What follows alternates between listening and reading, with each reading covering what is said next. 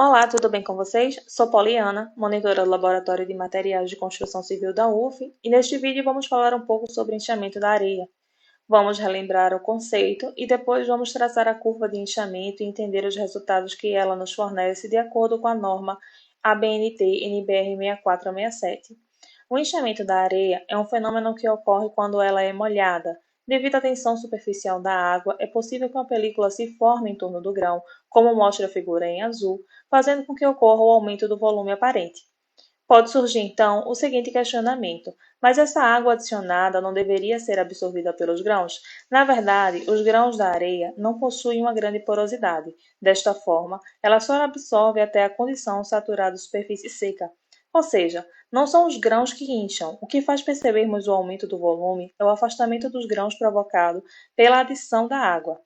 Chegará um ponto em que a areia perderá a capacidade de inchar, e isso ocorrerá quando a película formada for espessa demais, e o peso da água fará com que ela se rompa, preenchendo então o vazio entre os grãos. Quando isso ocorrer, teremos o inchamento máximo. Se continuarmos molhando a amostra, a água irá escoar, podendo ocorrer a diminuição do volume da amostra.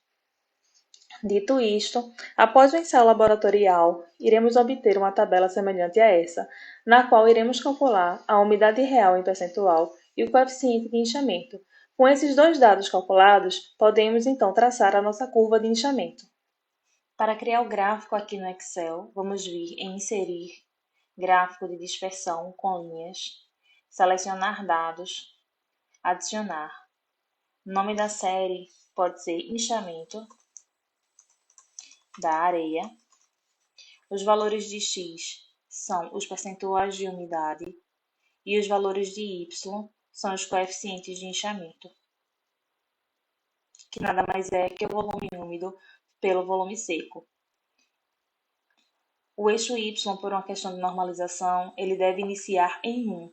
Então, clicando duas vezes sobre ele,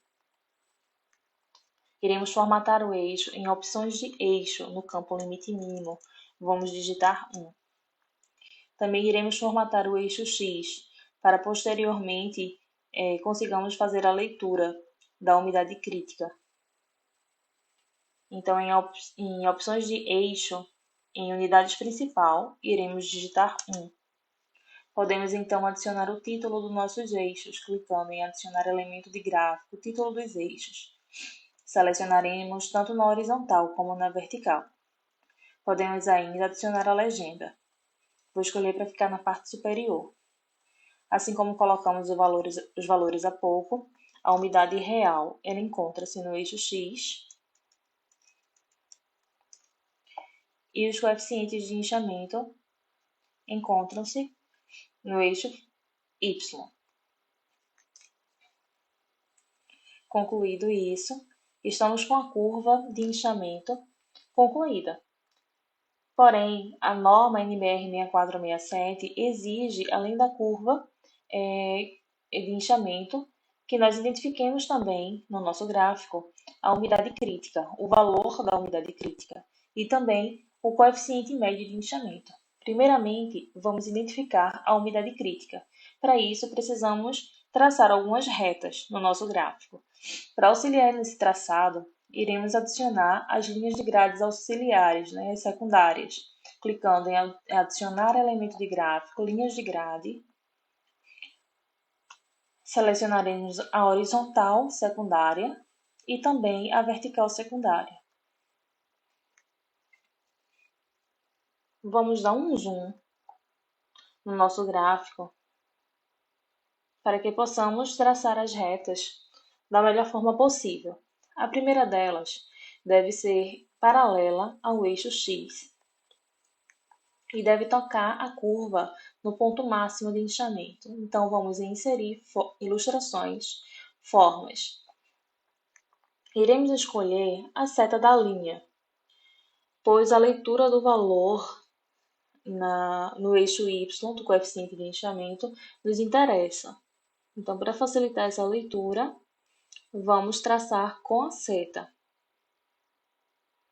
Com auxílio da linha de grade que colocamos no nosso gráfico, vamos traçar por cima dela, tomando ela como referência. e depois ajustamos a reta para que ela tangencie a nossa curva. Concluída esta etapa, vamos nomear a nossa reta como sendo reta R.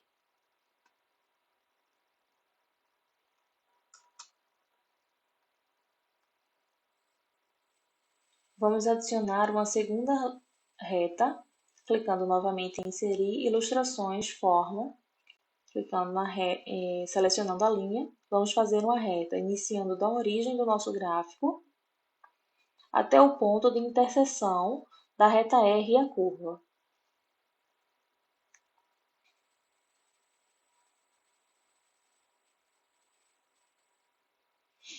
Vamos nomear então essa reta como sendo a reta S.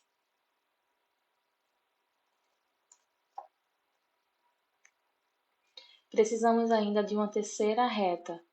Esta deve ser paralela à reta S. Então, vamos fazer um Ctrl+C, Ctrl+V nesta reta. E ela deve tangenciar a nossa curva pelo lado esquerdo. Iremos nomear, então, como reta T.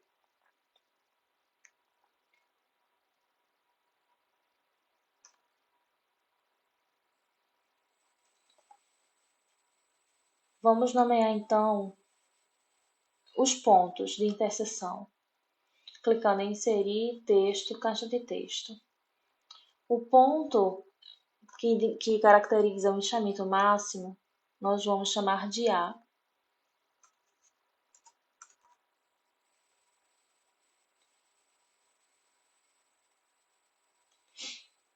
E então, podemos identificar a umidade crítica no nosso gráfico, traçando uma última reta, clicando em Ilustrações, Formas, escolheremos a seta, pelo mesmo motivo da reta R, só que dessa vez iremos fazer a leitura do valor no eixo X. Essa reta ela deve ser vertical, paralela ao eixo Y, e deve tocar o eixo X em um ponto. Iremos nomear a reta como sendo reta U.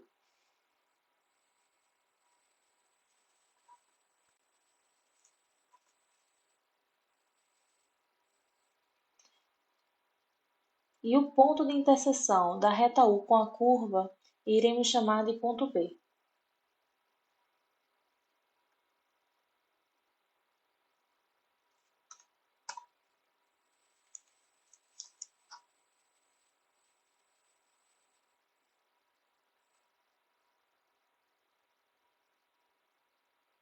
Ajustar aqui o ponto A, deixar mais próximo de onde ele é.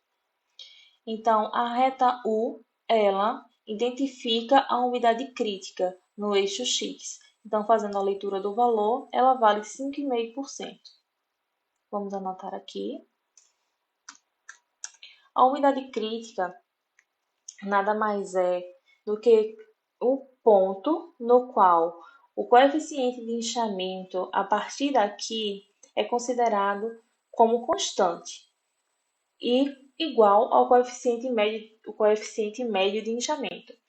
Então, vamos calcular este coeficiente médio, traçando mais uma vez uma reta e inserir ilustrações, formas, com seta novamente, e ela deve iniciar do ponto B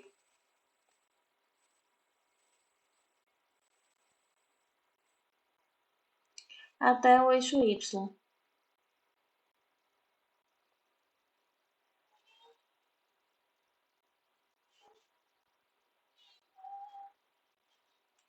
Podemos fazer a leitura do valor, sendo o ponto B como 1,34 e o coeficiente de inchamento referente ao ponto máximo de inchamento como 1,37. Então, vamos anotar esses valores. O ponto A vale 1,37 e o ponto B 1,34. 1,34. O coeficiente médio de inchamento é a média aritmétrica dos dois valores. Então, o coeficiente médio que encontramos é 1,36, o que significa que o nosso agregado ele teve um inchamento médio de 36%. Além dessas informações, o estudo do inchamento da areia ele é importante para outras finalidades. Analisando também esse gráfico, esse segundo gráfico aqui, caso nós não tenhamos as informações das especificações do nosso agregado, como a granulometria, podemos identificá-lo como uma areia fina, média ou grossa. Tendo como referência o inchamento médio de 36% e a umidade crítica de 5,5%, podemos localizar o nosso agregado nessa faixa daqui de cima. Então, o nosso agregado estudado é uma areia fina. Por fim, o estudo do inchamento da areia é importante por dois motivos. O primeiro deles é que, se estiver utilizando areia úmida em seu concreto ou argamassa, estará utilizando menos areia do que precisa e mais água que o necessário, afetando o fator aguacimento e comprometendo a resistência do seu concreto. O segundo motivo seria um alerta para quem pretende comprar areia. Sempre será mais justa a compra da areia seca. Se estiver úmida, você estará tomando prejuízo, pagando por uma quantidade menor do que você pretendia comprar. E é isso, pessoal. Espero ter ajudado a todos. Bons estudos!